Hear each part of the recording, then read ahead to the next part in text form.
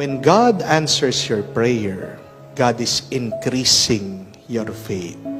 But when God delays your prayer, God is increasing your patience. And when God does not answer your prayer, God is preparing something better for you. Remember that, my dear friends. So don't stop praying. Persist. May your prayers be loud, sincere, and constant. When God answers your prayer, God is increasing your faith. But when God delays your prayer, God is increasing your patience.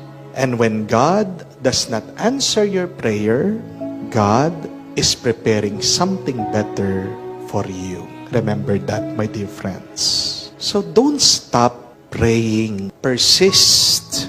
May your prayers